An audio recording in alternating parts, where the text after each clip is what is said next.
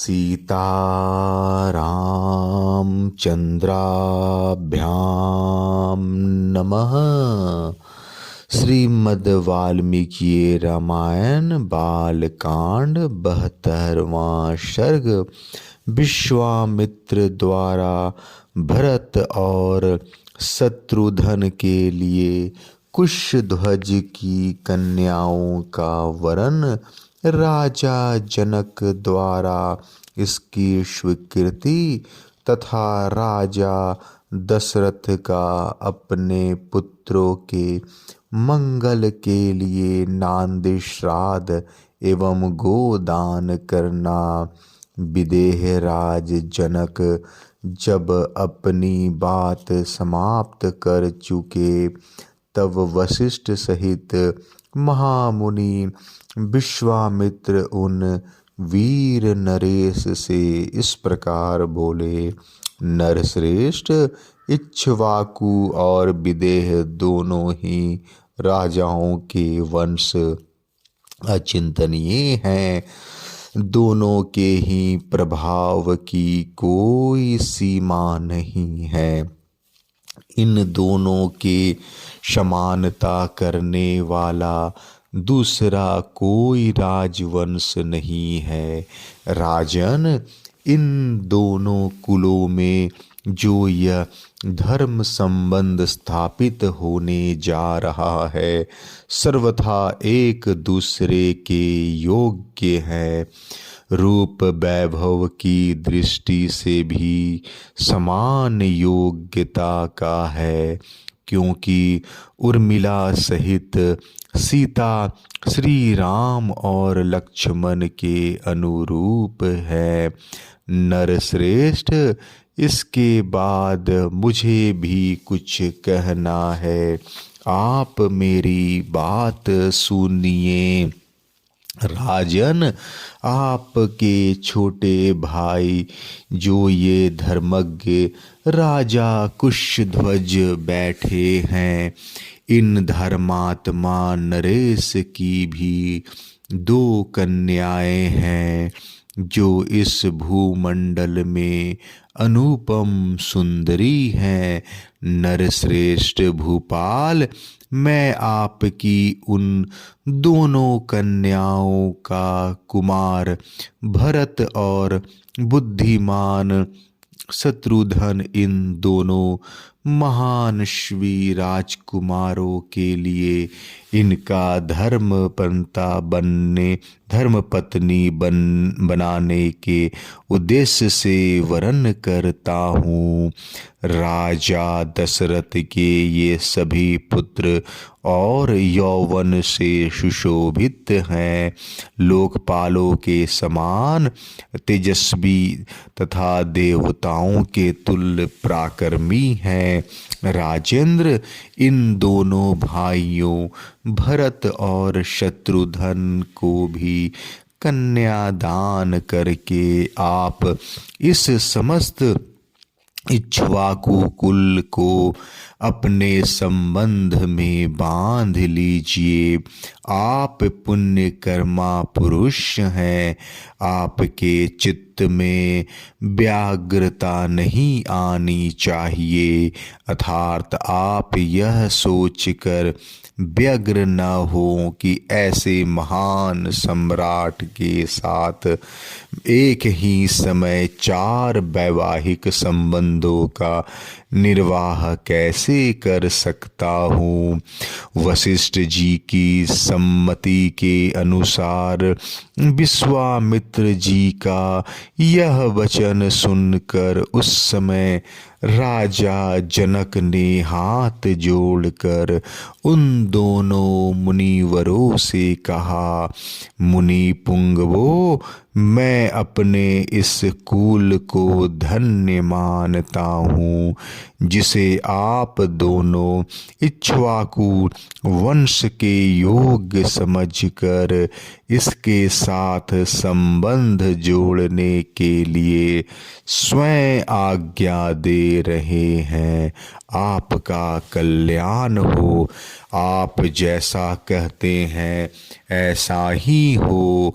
ये सदा साथ रहने वाले दोनों भाई भरत और शत्रुघ्न कुशध्वज की इन दोनों कन्याओं में से एक एक को अपनी अपनी धर्म पत्नी के रूप में ग्रहण करे। महामुने, ये चारों महाबली राजकुमार एक ही दिन हमारे चारों राजकुमारियों का पानी ग्रहण करे। ब्राह्मण अगले 2 दिन फाल्गुनु नामक नक्षत्रों से युक्त हैं। इनमें पहले दिन तो पूर्वा फाल्गुनी है और दूसरे दिन अर्थात परसों उत्तरा फाल्गुनी नामक नक्षत्र होगा, जिसके देवता प्रजापति भग तथा अयरमा है। मनीषी पुरुष उस नक्षत्र में वैवाहिक कार्य करना बहुत उत्तम बताते हैं। इस प्रकार सौम्य मनोहर वचन कहकर राजा जनक उठकर खड़े हो गए और उन दोनों मुनिवरों से हाथ जोड़कर बोले, आप लोगों ने कन्याओं का विवाह निश्चित करने के लिए महान धर्म का संपादन कर दिया। मैं आप दोनों का शिष्य हूँ। मुनिवरों, इन श्रेष्ठ आसनों पर आप दोनों विराजमान हो। आपके लिए जैसी राजा दशरथ की अयोध्या है, वैसे ही यह मेरी मिथिलापुरी भी है। आपका इस पर पूरा अधिकार है, इसमें संदेह नहीं।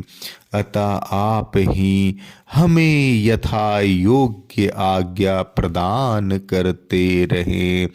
विदेहराज जनक के ऐसा कहने पर रघुकुल का आनंद बढ़ाने वाला राजा दशरथ ने प्रसन्न होकर उन मिथिला नरेश को इस प्रकार उत्तर दिया।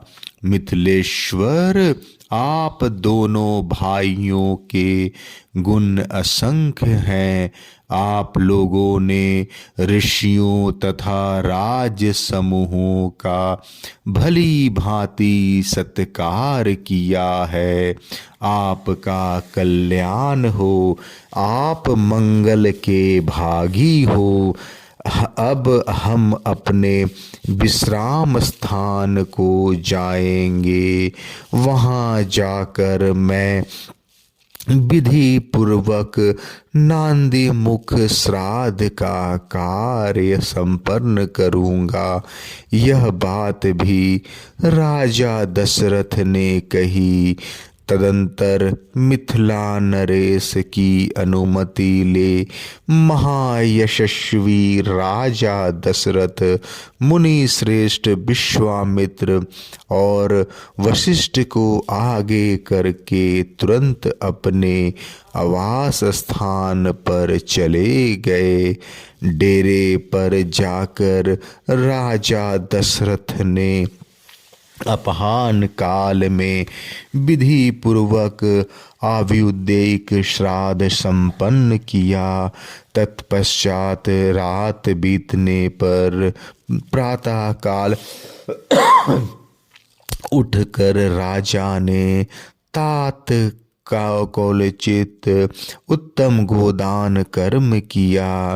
राजा दशरथ ने अपने एक एक पुत्र के मंगल के लिए धर्मानुसार 1 लाख गौएं ब्राह्मणों को दान की। उन सब के सिंग सोने से मढ़े हुए थे। उन सब के साथ बछड़े और कांसे के दुग्ध पात्र थे। इस प्रकार पुत्र वत्सल रघुनंदन पुरुष शिरोमणि राजा दशरथ ने 4 लाख गौओं का दान किया तथा और भी बहुत सा धन पुत्रों के लिए गोदान के उद्देश्य से ब्राह्मणों को दिया। गोदान कर्म संपन्न करके आए हुए पुत्रों से घिरे हुए राजा दशरथ उस समय लोकपालों से घिर कर बैठे हुए शांत स्वभाव प्रजापति ब्रह्मा के समान शोभा पा रहे थे।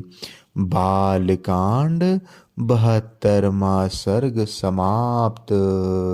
जय श्री राम।